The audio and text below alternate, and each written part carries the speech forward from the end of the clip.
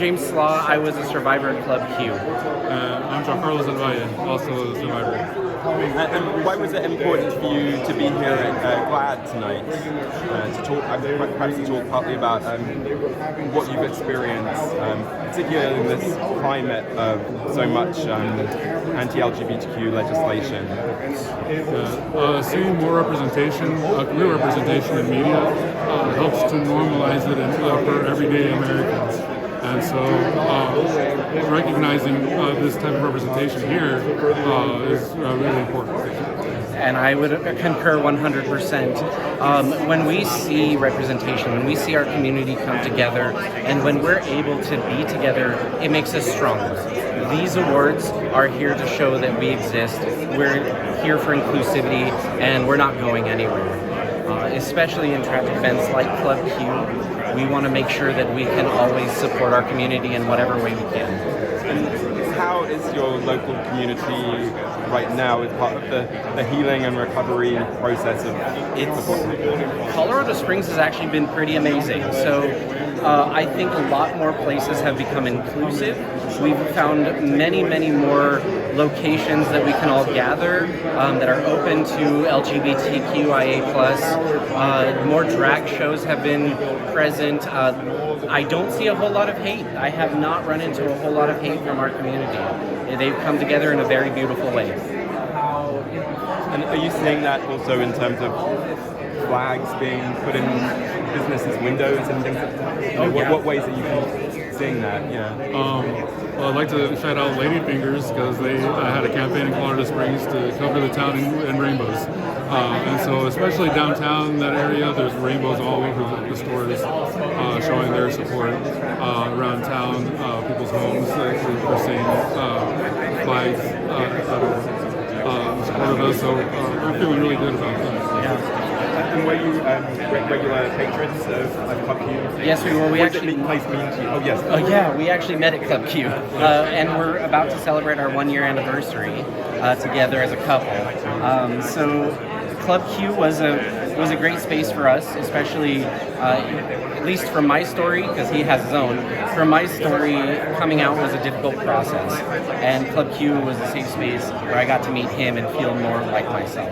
So thank you. Yeah. Club Q was the first place I went to after I came out just a couple years ago. And so, yeah, meeting him and having a lot of fun at the club. Those are a lot of good memories. I wonder if you could just tell me a little bit about the plans for reopening. Certainly. So currently we're in the process of rebuilding. We made a decision 10 days after the attack that rebuilding Club Q was very, very important. It was important to us. It was important to so many of the victims that were there that evening. And it's important to the community. It's important to the next person that is questioning their gender, is being ostracized from their family, and needs a safe place to go.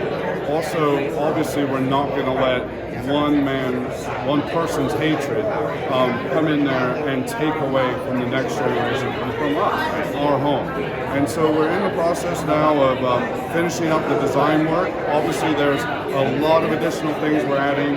We never should have to fortify a club. We should not have to fortify these sort of places, but we are.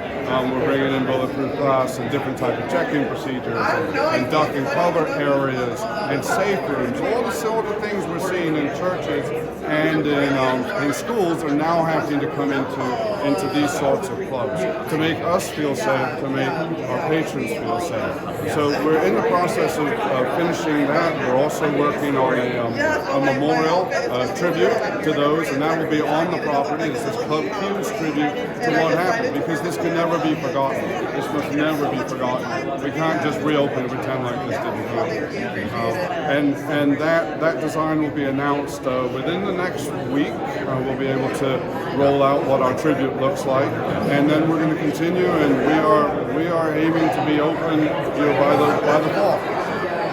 And what does Club Q mean to you? Club Q has always meant a safe environment to be myself and to be surrounded by people like me, whether they be gay or bisexual, transgender, gender fluid. It didn't matter. Club Q was somewhere for the entire queer community to come together to be a family and to unite and celebrate and grieve and go through life together. Unfortunately, a lot of queer people lose their biological family members. Club Q has been a place for us to find our chosen family members. And I always said, previously, if this had happened in Colorado Springs but not at Club Q, we would have gone to Club Q to grieve together, to process together. That would have been the safe place to deal with this. But unfortunately, it happened at Club Q. So not only did we lose our friends, co-workers, patrons, and so many people getting shot, but we lost our home too. So it's just been this grieving so many different things at once. The simplicity of life before all of this, the space, safe space that's been around for 20 years, our friends, our co-workers, our family, to even some that have been lost. So yeah, Club Q is a valuable space to the community. It's a valuable space to me, and I feel very passionate to get this done with Matthew, and I'm honored to be a part of it. Thanks so much for talking to me. Well, I look forward to coming in and visiting it when you do reopen. Love to have you. Definitely do. Keep your ears open. As we get further along, we'll definitely be announcing. I'm glad you're